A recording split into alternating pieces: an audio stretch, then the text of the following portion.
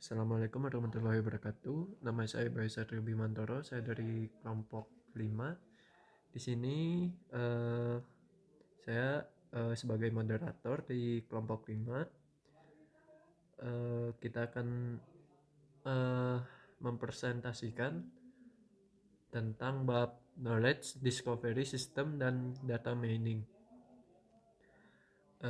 Di sini di kelompok 5 ada 5 orang, yaitu saya sendiri Bayu Satrio Bimantoro, ada Bubung Faisal, ada Rigan Asmi, ada Septian Fauzi, dan Syanda Fatur Rahman.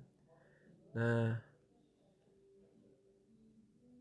di sini ada tujuan pembahasan, yaitu untuk menjelaskan bagaimana pengetahuan ditemukan. Yang kedua, untuk menggambarkan knowledge discovery system, termasuk pertimbangan desain dan bagaimana mereka bergantung pada mekanisme dan teknologi. Poin yang ketiga, untuk menjelaskan teknologi data mining. Poin yang terakhir yaitu untuk membahas peran data mining dalam manajemen hubungan pelanggan. Selanjutnya, sintesis pengetahuan melalui sosialisasi untuk menemukan tacit knowledge. Yang poin kedua, sosialisasi memungkinkan penemuan tacit knowledge melalui aktivitas bersama, yaitu antara master dan magang, dan antara peneliti di sebuah konferensi akademik. Selanjutnya ada knowledge discovery dari data mining. Yang poin pertama adalah nama lain dari knowledge discovery in database adalah data mining. Yang poin kedua, sistem penambangan data telah memberikan kontribusi yang signifikan dalam bidang ilmiah selama bertahun-tahun.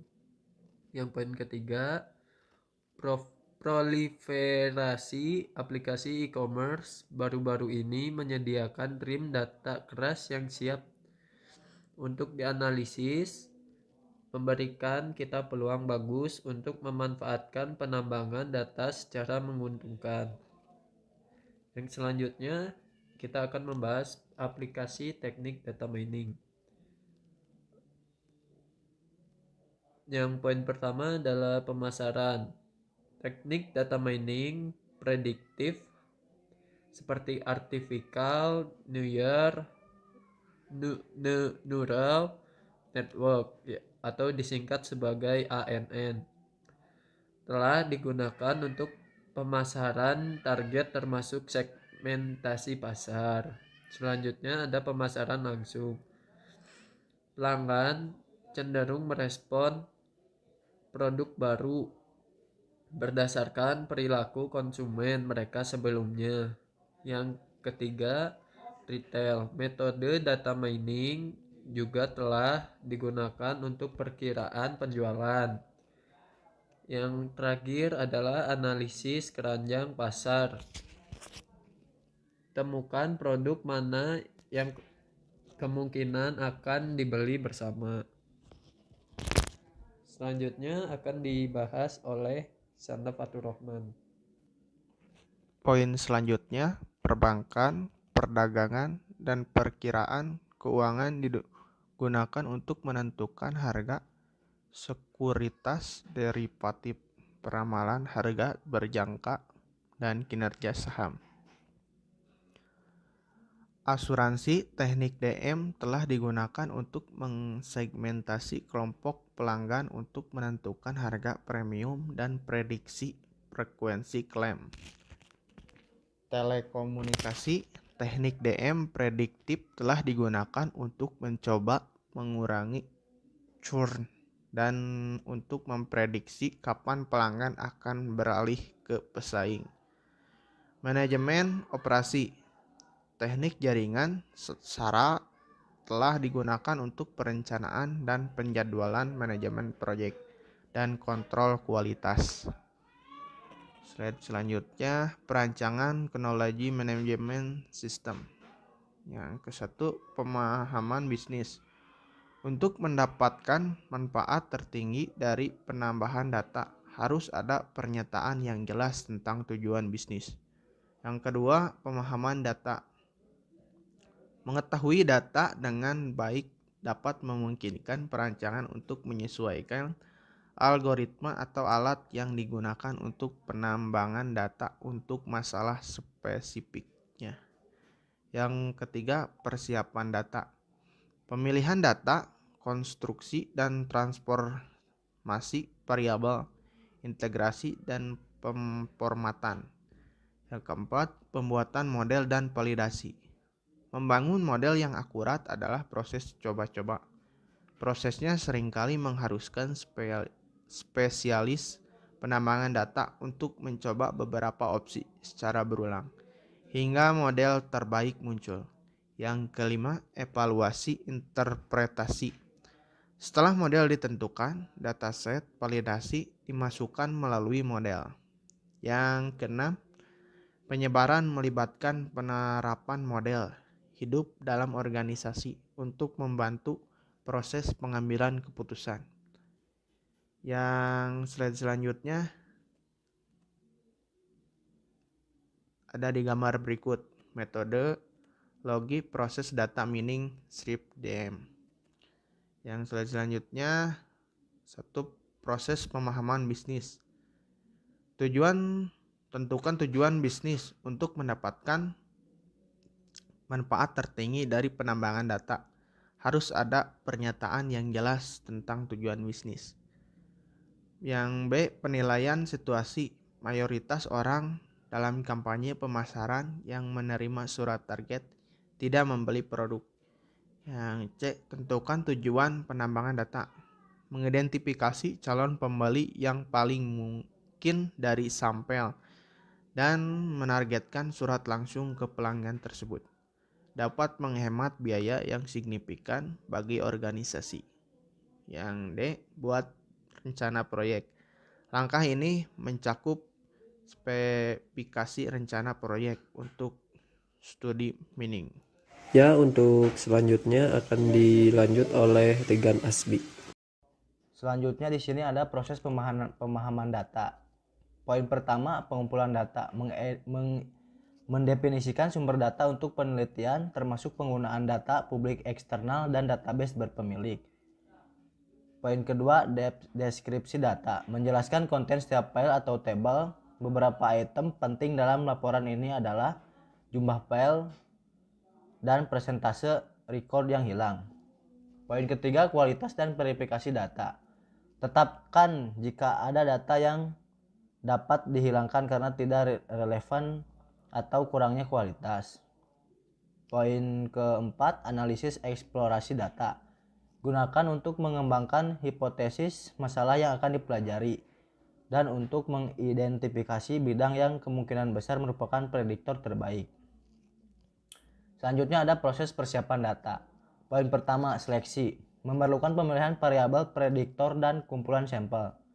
Poin kedua, konstruksi dan transformasi variabel. Seringkali variabel baru harus dibangun untuk membangun model yang efektif. Poin ketiga, integrasi data. Kumpulan data untuk studi penambangan data dapat berada di beberapa basis data yang perlu dikonsolidasikan ke dalam satu basis data. Poin keempat, pemformatan. Melibatkan penataan ulang dan pemformatan ulang bidang data seperti yang diisyaratkan oleh model data mining. Selanjutnya, pembuatan model dan proses validasi. Poin pertama, hasilkan desain uji. Membangun model yang akurat adalah proses coba-coba. Spesialis penambangan data secara berulang mencoba beberapa opsi hingga model terbaik muncul. Poin kedua, build model. Algoritma yang berbeda dapat dicoba dengan kumpulan data yang sama. Hasilnya dibandingkan untuk melihat model mana yang memberikan hasil terbaik. Poin ketiga, evaluasi model. Dalam membuat model, sebagian data biasanya disisihkan untuk tujuan validasi. Kumpulan data validasi digunakan untuk menghitung keakuratan kualitas prediksi model. Selanjutnya, proses evaluasi dan interpretasi. Poin pertama, evaluasi hasil. Setelah model ditentukan, hasil prediksi dibandingkan dengan hasil aktual dalam dataset validasi. Poin kedua, tinjau proses. Verifikasi keakuratan proses. Poin ketiga, tentukan langkah selanjutnya. Daftar kemungkinan tindakan keputusan. Ya, selanjutnya akan dilanjut oleh Muhammad Bubung Faizal. Bagian 6. Proses penyebaran. Yang A. Penyebaran rencana. Langkah ini melibatkan penerapan model hidup dalam suatu organisasi untuk membantu proses pengambilan keputusan. Yang B. Hasilkan laporan akhir. Tulis laporan akhir. Yang C. Merencanakan pemantauan dan pemeliharaan. Pantau seberapa baik model memprediksi hasil dan manfaat yang dibawanya ke organisasi. Yang D. Tinjau proyek, pengalaman, dan dokumentasi. Selanjutnya, teknik data mining. Nomor 1, teknik prediktif. Poin ke-1, klasifikasi. Teknik penambangan data dalam kategori ini berfungsi untuk mengklasifikasikan variabel hasil diskrit. Poin kedua, prediksi atau estimasi. Teknik DM dalam kategori ini memprediksi hasil yang berkelanjutan atau berlawanan dengan teknik klasifikasi yang memprediksi hasil diskrit. Nomor 2, teknik deskriptif. Poin yang ke-1, afinitas atau asosiasi. Teknik penambangan data dalam kategori ini berfungsi untuk menemukan item yang terkait erat dalam kumpulan data. Poin yang kedua, pengelompokan. Teknik DM dalam kategori ini bertujuan untuk membuat kelompok objek input, bukan variabel hasil. Jenis web data mining. Yang pertama, struktur web mining. Memeriksa bagaimana dokumen web disusun dan berupaya menemukan model yang mendasari struktur tautan web. Poin yang pertama, penambangan struktur intra halaman, mengevaluasi pengaturan berbagai tag HTML atau XML dalam sebuah halaman. Poin yang kedua, struktur antar halaman, mengacu pada hyperlink yang menghubungkan satu halaman ke halaman lainnya. Nomor 2, penggunaan web mining atau analisis clickstreamer, melibatkan identifikasi pada pola dalam navigasi pengguna melalui halaman web dalam domain. Poinnya yaitu pemrosesan, analisis pola, dan penemuan pola. Yang ketiga, konten web mining, digunakan untuk menemukan tentang apa halaman web itu dan bagaimana mengungkap pengetahuan baru darinya. Ya, untuk selanjutnya dilanjutkan oleh Septian Fauzi Supriyadi. Baik, bismillahirrahmanirrahim. Assalamualaikum warahmatullahi wabarakatuh. Perkenalkan, nama saya Septian Fauzi Supriyadi. Di sini saya dari kelompok 5 akan mempresentasikan apa yang telah dipaparkan sebelumnya, yaitu mengenai data mining dan customer relationship management. Nah, di sini ada CRM ya. Sudah tidak asing mengenai data CRM karena sudah ada mata kuliahnya. Nah, di sini yang menjelaskan apa itu CRM ya. CRM adalah mekanisme dan teknologi yang digunakan untuk mengelola interaksi antara perusahaan dan pelanggannya. Lalu ada model prediksi data mining, digunakan untuk menghitung skor. Nilai numerik yang diberikan ke setiap record dalam database untuk menunjukkan kemungkinan bahwa pelanggan yang diwakili oleh record tersebut akan berperilaku dengan cara tertentu. Nah, tadi itu mengenai CRM, lalu di sini ada pembahasan mengenai hambatan penggunaan data mining. Nah, hambatan dalam data mining itu ada 2 hambatan paling signifikan yang mencegah penerapan penemuan dan pengetahuan sebelumnya dalam bisnis terkait dengan yang pertama, kurangnya data untuk mendukung analisis. Yang kedua, daya komputasi yang terbatas untuk melakukan perhitungan matematis yang diperlukan oleh algoritma data mining tersebut. Dan yang terakhir yaitu mengenai kesimpulan. Nah, kesimpulan dari apa yang telah dipaparkan yaitu yang pertama, mendeskripsikan sistem penemuan pengetahuan termasuk pertimbangan desain dan bagaimana mereka bergantung pada mekanisme dan teknologi. Lalu yang kedua, mempelajari bagaimana pengetahuan ditemukan. Nah, dalam mempelajari bagaimana pengetahuan ditemukan terdapat 2 poin, yaitu melalui sosialisasi dengan orang-orang berpengetahuan lainnya. Yang kedua, melalui data mining dengan menemukan pola-pola menarik dalam pengamatan, biasanya diwujudkan dalam data eksplisit. Nah, yang ketiga yang poin berikutnya itu menjelaskan teknologi data mining.